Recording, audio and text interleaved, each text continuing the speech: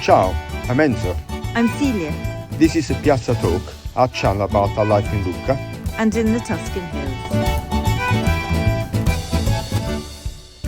Please hit the subscribe button. Grazie. Ciao a tutti. Ciao tutti. We're up in the hills. As you can see, we're dressed for work, and it's been a working week on the land, and the big job of the week was to change the swimming pool pump. And we went a couple of days ago to collect a new pump in Castellina in Chianti. because it was much cheaper than around here.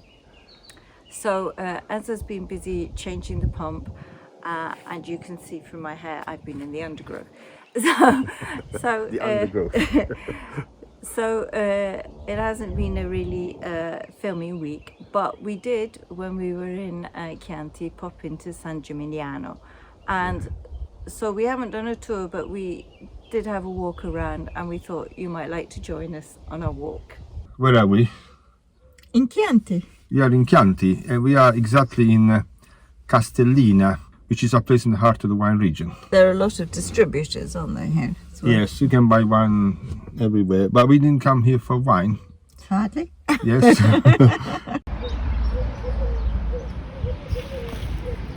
We got the pump, so let's drive on to San Gimignano.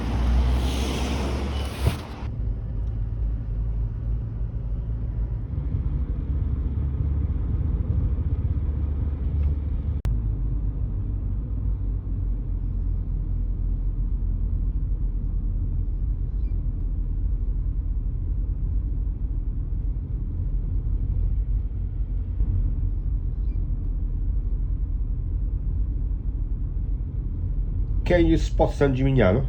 Yeah, it's all those towers in the distance. San Gimignano makes a great day trip from Lucca or Florence. A car is the easiest option, but you can easily travel by train and bus, changing in Poggibonsi.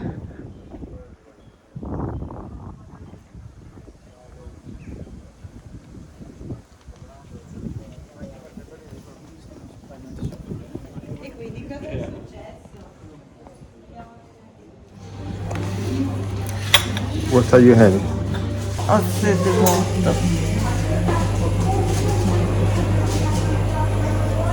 And a coffee.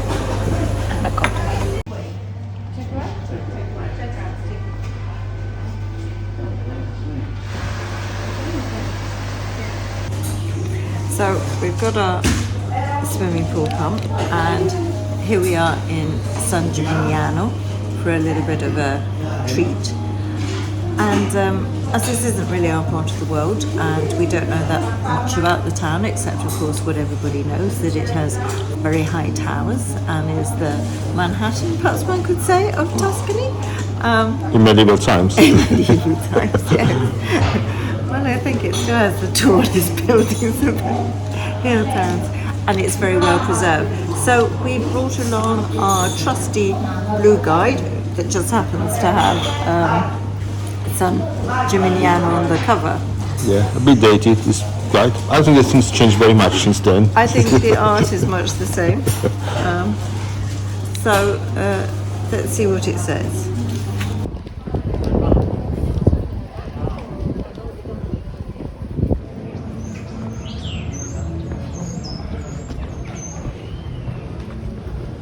Enzo, why did you never buy your daughter a Chianti?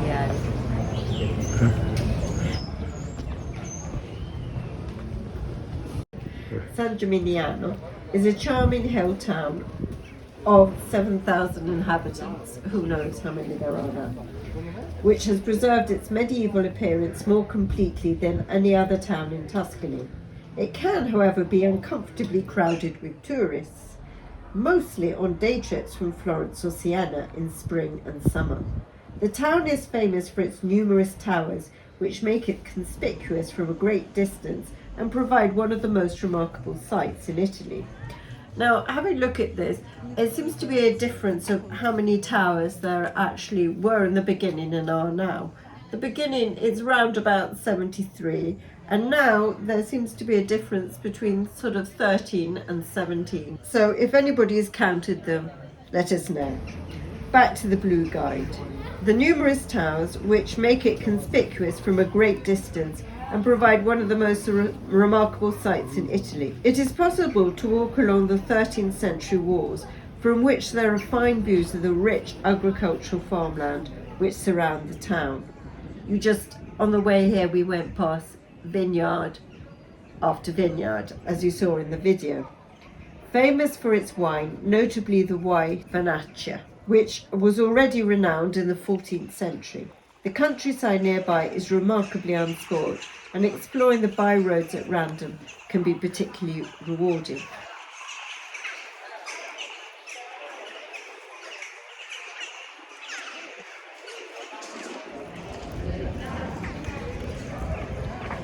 Well, I should say that except for the people serving coffee in the bar, I've not yet heard anybody talking Italian here. And this, after all, is a cold day in March. So imagine in the height of summer.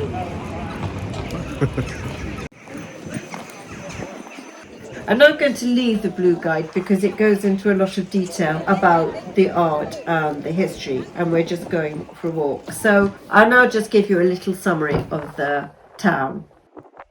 The roots of San Gimignano are pre-Etruscan, but the town became rich during the medieval period because it's on the Via Francigena, the pilgrim road from Canterbury to Rome, which also passes through our city, Lucca. The famous towers appeared between the 11th and 13th century and were built to demonstrate families' wealth, a medieval way of keeping up with the Joneses. So the taller the tower was, the more important you were.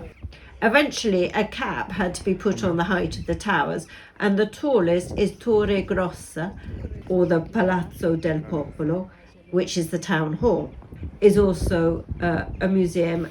There are two sets of walls, 10th and 13th century, and the views from both are amazing. Don't miss Piazza della Cisterna and the main church of Santa Maria Assunta with its amazing 15th century frescoes.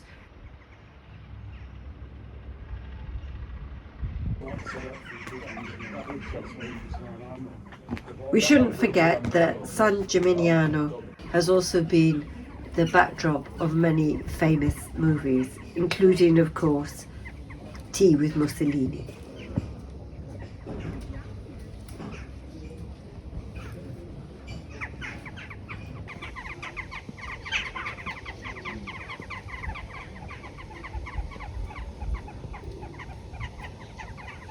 Buonasera. Ciao piccolo. Come stai? Ciao Mishu. Sono troppo turisti. Oh.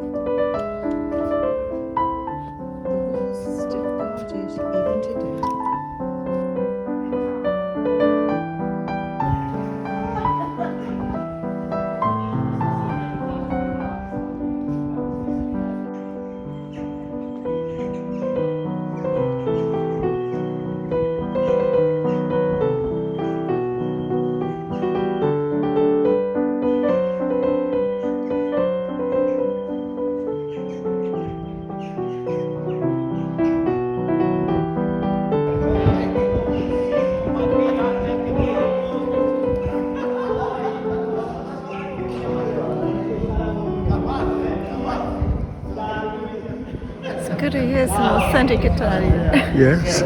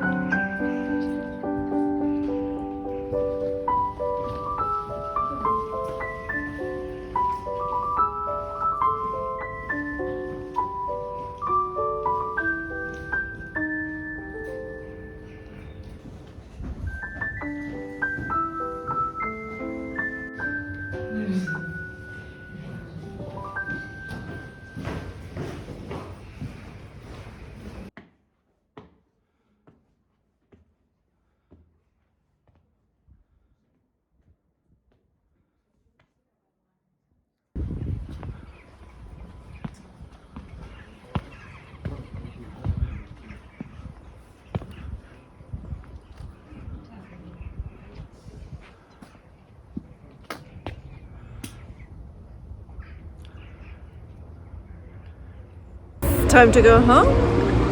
We haven't done any museums, as always. We always doing things on the way or on the way back. But in the past we have been to the museums and they're well worth a visit here.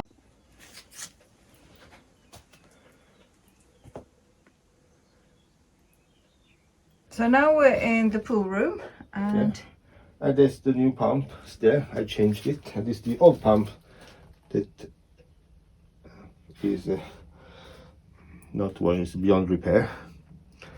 And I tested it, looks fine. Sort of other leaks, and I suppose that when we open the pool, hopefully everything will work okay. It's also the bigger surprise, but anyway, in the end, everything works out.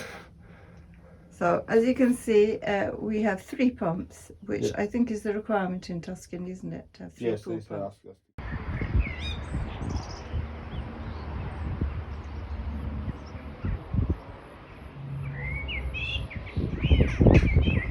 If you enjoy our videos, please leave a like and subscribe. It helps us enormously with the YouTube algorithm. Thank you so much.